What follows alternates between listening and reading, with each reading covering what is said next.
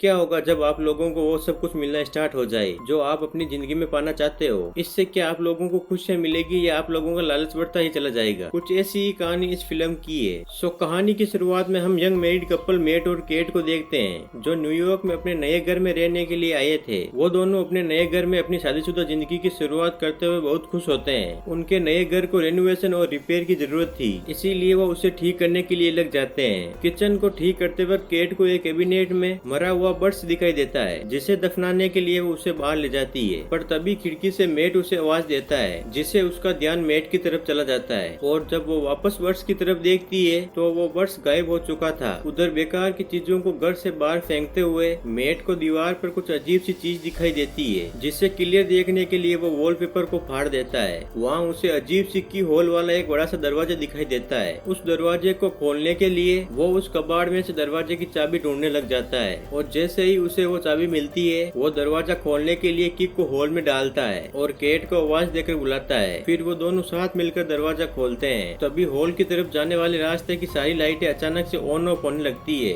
और इस प्रॉब्लम को दूर करने के लिए मेट पावर कंपनी वालों को कॉल करता है। वहीं केट को उस रूम से कुछ अजीब सा डर महसूस होता है, इसीलिए वो भी मेट के पीछे चली जाती है। अगले दिन उनके इलेक्ट्रिसिटी प्रॉब्लम को ठीक करने के लिए एक पावर कंपनी से एक ऑपरेटर आता है। उसे ये देखकर हैरानी होती है कि बेसमेंट के सारे वायर्स कुछ अजीब तरीके से एक दूसरे से जुड़े हुए हैं, और ये देखने में बहुत पुराने जमाने के लग रहे थे। जब मेट उस ऑपरेटर को लाइट ठीक करने के लिए कहता है, तब वो ऑपरेटर उससे कहता है कि उसने आज तक इस तरह की चीजें पहले कभी नहीं देखी। वहाँ से जाने से पहले वो ऑपरेटर मेट को बताता है कि इस घर के पहले मालिक का मर्डर इसी घर में हुआ था। ये शॉकिंग न्यूज सुनकर मेट इस घर के बारे में रिसर्च करना शुरू कर देता है। एक पुराने न्यूज आर्टिकल को पढ़कर मेट को पता चलता है कि मरने वाले कपल का नाम पॉल और मेडलिन शेफर्ड था, जबकि सस्पेक्ट की पहचान नहीं हो पाती और उसे जॉन नाम से पुकारा जाता था। मेट एक आर्टिस्ट था, इसीलिए वह अपने स्केच पैड पर जॉन की तस्वीर बनाने की कोशिश करता है। थोड़ी देर बाद वो आराम करने के लिए उसी मिस्टीरियस रूम में जाता है और वहाँ बैठकर एक बोतल शराब की पीकर खत्म कर देता है। लेकिन यहाँ पर उसे एक और बोतल पीने की गहरी इच्छा होती है। तभी लाइट्स टिमटिमाने लगती है और अचानक से एक शराब की बोतल उसके सामने हाजिर हो जाती है, जिसे देख मेट हैरान हो जाता है। उस बोतल को अच्छी तरीके से देखने के बाद वो इस नतीजे पे पहुंचता है कि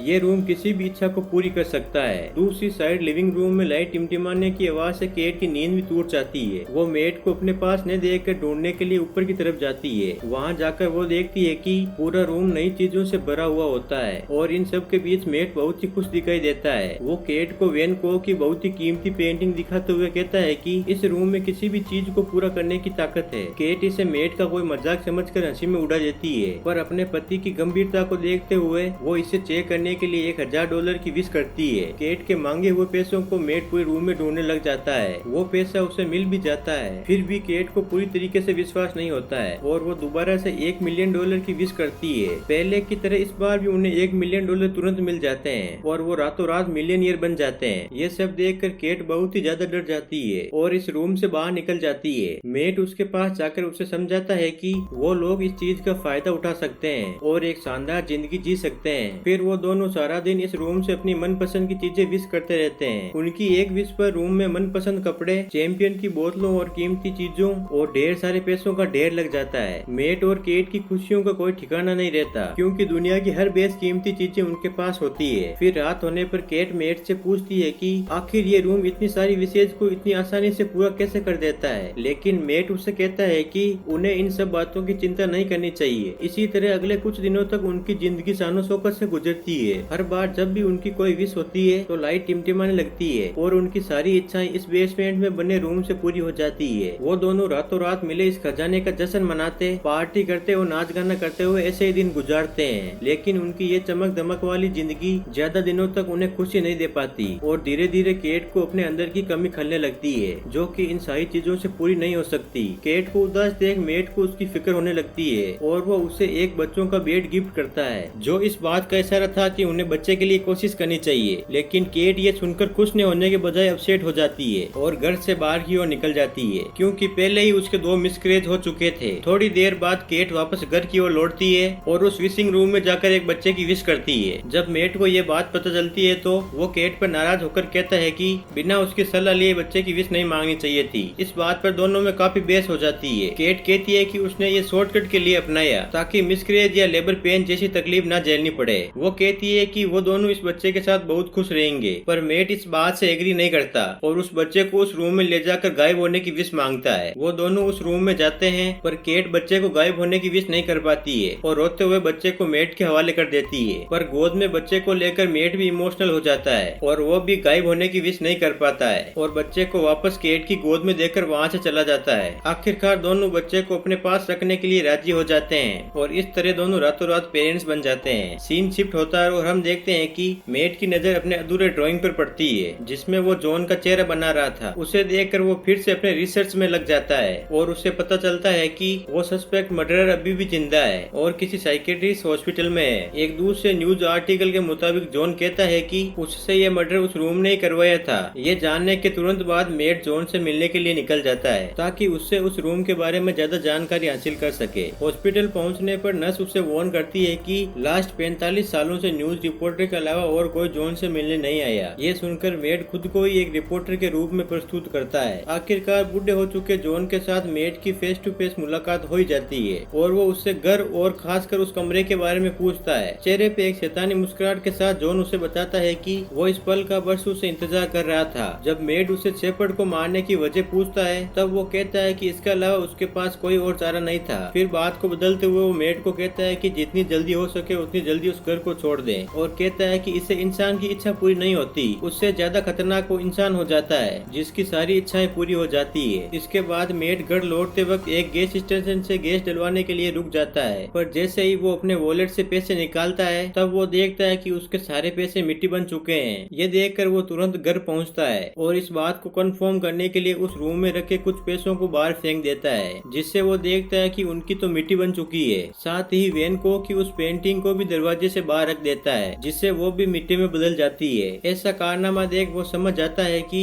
वो लोग उस रूम से मिली किसी भी चीज को घर से बाहर नहीं ले जा सकते, नहीं तो वो सारी चीजें मिट्टी में बदल जाएगी। तभी मेट गुस्से में दीवार को तोड़ने लग जाता है ताकि वो रूम की मिस्ट्री को जान सके, पर उसके अंदर उलझी हुई वायर्स के अलावा और कुछ भी दिखाई नहीं देता। उन वायर्स को ट्रैक करना मेट के लिए नामुमकिन सा था। फिर वो दीवार पर लगे कुछ वॉलपेपर को फाड़ देता है तो उसे वहाँ पर घर का मैप दिखाई देता है जिसमें उसे सारे कनेक्शन की जानकारी मिलती है। इसी बीच केट बच्चे को गोद में लिए हुए बाहर की तरफ जाने लगती है। तभी मेट उसे बाहर जाने से रोक देता है और कहता है कि बच्चे को बाहर ले जाना सेफ नहीं है। वो उसे असली वजह नहीं बता पाता है। कुछ दिनों बाद एक दिन बच्चा किसी दर्द की वजह से जोरों जोरों से रोने लगता है और केट से नहीं संभल पाता। तब मेट उसकी हेल्प करने के लिए बच्चे को गोद में ले लेता है और उसे चुप कराने के लिए मजबूरन बाहर निकलना पड़ता है, पर कुछ ही सेकंड में वो बच्चा बड़ा होने लगता है और जब वो लोग वापस घर में घुसते हैं तो वो देखते हैं कि वो एक बड़ा बच्चा बन चुका है। उस रात मेट केट को बताता है कि वो रूम इनकी हर विशेष को पूरी कर सकता है, पर वो उसकी दी गई किसी भी चीज को घर से बाहर नहीं निकाल सकते, वरना वो चीज पुरानी होकर मिट्टी में बदल जाएगी। ये सुनकर केट को बहुत दुख होता है और वो कहती है कि उनका बच्चा कोई सामान नहीं है जिससे वो लोग उसे बाहर नहीं ले जा सकते। उससे अपने बच्चे से बहुत लगाव होता है, वो उसे अपना बेटा ही मानती है और उसका नाम सेन रखती है। अगले कुछ दिनों तक केट सेन को घर पे ही पढ़ाती है और उससे समझाती है कि वो घर से बाहर नहीं जा सकता क्योंकि बाहर डेंजरस जर्म्स है जो उसे नुकसान पहुंचा सकते हैं। एक दिन जब केट उसे पढ़ा रही होती है तब वो उससे बाहर जाने की जिद करने लगता है। वो कहता है कि उसने जिंदगी में एक बार भी घर से बाहर कदम नहीं रखा, उसे घर के अंदर सिर्फ दीवार देखना अच्छा नहीं लगता है, लेकिन केट उसकी सेफ्टी के लिए उसे घर से बाहर जाने नहीं देती है। इसलिए वो हर बार अंदर आते हुए और घर से बाहर जाते हुए दरवाजे पे ताला लगा देती है ताकि सेन गलती से भी घर से बाहर कदम न रख सके। एक दिन उसे मेट का ऑर्डर दिया हुआ पैकेज आता है, तब वो उसे रिसीव करके मेट को दे देती है, पर गलती से फ्रंट डोर लॉक करना भूल जाती है। मेट को पार्सल के अंदर एक न्यू ब्रांड गन मिलती है जिसे वो संभाल कर रख देता है। इसी बीच केट पियानो बजाने में बिजी हो जाती है और मौके का फायदा उठाते हुए सेन चुपके से फ्रंट डोर की ओर बढ़ने लगता है। वो बाहर की दुनिया देखने के लिए बहुत ही एक्साइटेड था, इसीलिए अपने हाथ को दरवाजे से बाहर निकालकर ताजी हवा को महसूस करता है। तभी केट की नजर उस पर पड़ती है। वो दौड़कर उसके पास आती है और उसे अपने गले लगाती है। उसे सही सलामत देखकर केट को राहत मिलती है। फिर मेट और केट दोनों मिलकर सेन को बाहर जाने से रोकने के लिए पूरे घर की खिड़कियों में लकड़ी के तख्ते लगा देते हैं। उस रात केट की नींद खुलती है तो वो देखती है कि सेन उसके बेड के पास खड़ा है और वो उससे पास होने के लिए परमिशन मांगता है। फिर सेन उसे कहता है कि वो हमेशा उसके पास रहना चाहता है, जिसे सुनकर वो उससे प्यार से अपने गले लगा लेती है। सेन को उसकी बातों से तसल्ली नहीं मिलती है और वो कुछ सोचने लगता है। फिर हम देखते देखते हैं कि अगले दिन मेट अपनी गन से शूटिंग करने की प्रैक्टिस कर रहा था। एक दिन जब प्रैक्टिस से घर वापस आता है तो वो देखता है कि शेन अपने आर्ट स्टूडियो में ग्लोव बनाकर खेल रहा होता है। तो वो शेन को सख्ती से गेम छोड़कर जाने के लिए कहता है। उसकी डांट सुनकर शेन के हाथ से ग्लोव नीचे गिर जाता है और टूट जाता है। दरअसल मेट ने अभी तक शेन को अपना बेटा नहीं माना है, इसीलिए वो उसके साथ बेरुखी से बात करता है। इधर ग्लोव टूटने की आवाज सुनकर केट तुरंत वहाँ पहुँच जाती है और अपने बेटे के साथ बाप जैसे व्यवहार न करने के कारण मेट से बहस करती है। उस रात घर के अंदर चारों ओर चक्कर लगाते हुए शेन को एक मैप मिलता है, जिसको फॉलो करते हुए बेसमेंट तक पहुंच जाता है, जहां उलझी हुई वाइट्स के बीच मेन पावर था। इन सब से गुजरते हुए वो आखिरकार उस रूम तक पहुंच जाता है। रात भर पूरे घर में लाइट टिमटिमाती रहती है, पर मेट और केट नींद में होने के कारण कुछ नोटिस नहीं कर पाते। अगली सुबह जब मेट की नींद खुलती है तो उसे अपने बगल में एक नया ग्लोब दिखाई पड़ता है और इसके साथ टूटा हुआ ग्लोब भी कुछ ही दूरी पर रखा हुआ था। उसी वक्त लाइट को टिमटिमाते हुआ देख मेट समझ जाता है कि क्या हो रहा है और तुरंत केट को जगाता है। तभी दोनों रूम की तरफ भागते हैं और वहां जाकर हैरान रह जाते हैं। शेन ने विश करके पूरे रूम के अंदर ही आउटडोर एरिया क्रिएट कर लिया। अब वहां पर रूम की बंद छत और दीवारों की जगह एक खुला आसमान और एक बहुत बड़ा फॉरेस्ट था,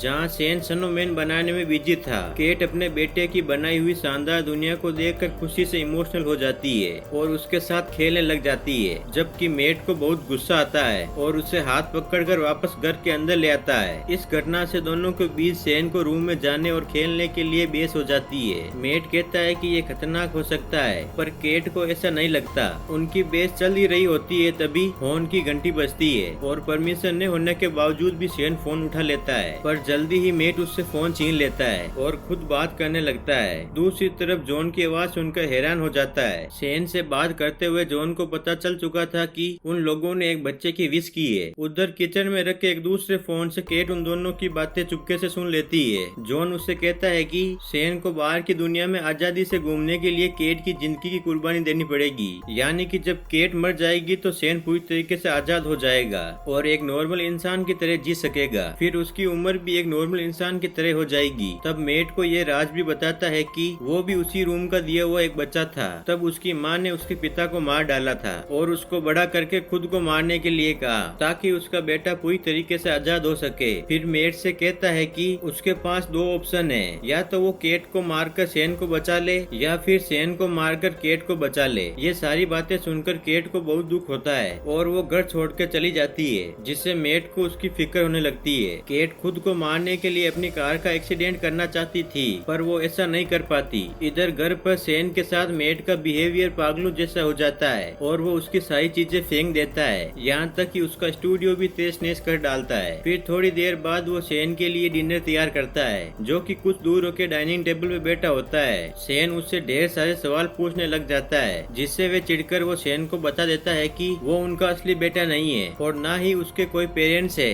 इतना ही नहीं, वो गुस्से में आकर शेन को फ्रंट डोर से बाहर निकाल देता है, पर शेन डरकर वापस ऊपर चला जाता है। कुछ ही देर में मेट को अपनी गलती का एहसास होता है और वो शेन के रूम में जाकर उससे माफी मांगता है। फिर शेन उससे स्टोरी पढ़कर सुनाने के लिए कहता है और सारी रात वो दोनों एक साथ सोते हैं। जब केट वापस घर लौटती है तो वो उन दोनों को एक साथ सोता देख बहुत खुश होती है। उस रात मेट और केट दोनों इंटीमेशन में बिजी होते हैं। तभी शेन चुपके से उन दोनों को ये सब कुछ करते हुए देख लेता है। फिर वो उनके सो जाने का इंतजार करता है और जैसे ही वो सोते हैं तभी शेन चुपके से फ्रंट डोर की चाबी चुरा लेता है। अगले दिन मेट और केट फ्रंट डोर को खुला देख वो समझ जाते हैं कि शेन बाहर गया है। तभी घर के एक अलग हिस्से में शेन को देखकर दोनों हैरान हो जाते हैं, क्योंकि शेन अब बड़ा हो चुका था, लेकिन उसका दिमाग अभी भी बच्चों जैसा होता है। वो अपने पेरेंट्स की तरफ गन पॉइंट करता है। तब केट उसे समझाने की कोशिश करती है। इसी बीच मेट शेन के ऊपर कूद जाता है और दोनों में घमासान फाइटिंग होने लगती है। उधर केट उनकी लड़ाई की वजह से जमीन पर गिर के बेहोश हो जाती है। कुछ देर बाद मेट उसे जगाते हुए बताता है कि शेन को गोली लगने के कारण उसकी मृत्यु हो गई। इस खबर से दुखी होकर केट रोते हुए घर से बाहर निकल जाती है। मेट उसे तसल्ली देकर वापस घर में लेके आ जाता है, जहाँ अभी भी वो उदास होती है। उधर दूसरे रूम में जहाँ उनकी फाइटिंग हुई थी, वहाँ हम असली मेट को देखते हैं, जो कि अब होश में आ जाता है और पूरे घर में अपनी वाइफ की तलाश करने लगता है। तभी लाइट को फिर से टिमटिमाता हुआ देख वो डरते हुए उस रूम की तरफ जाता है। उसे पूरा यकीन है कि केट और उसकी हमशक्ल में शेन अंदर ही होंगे।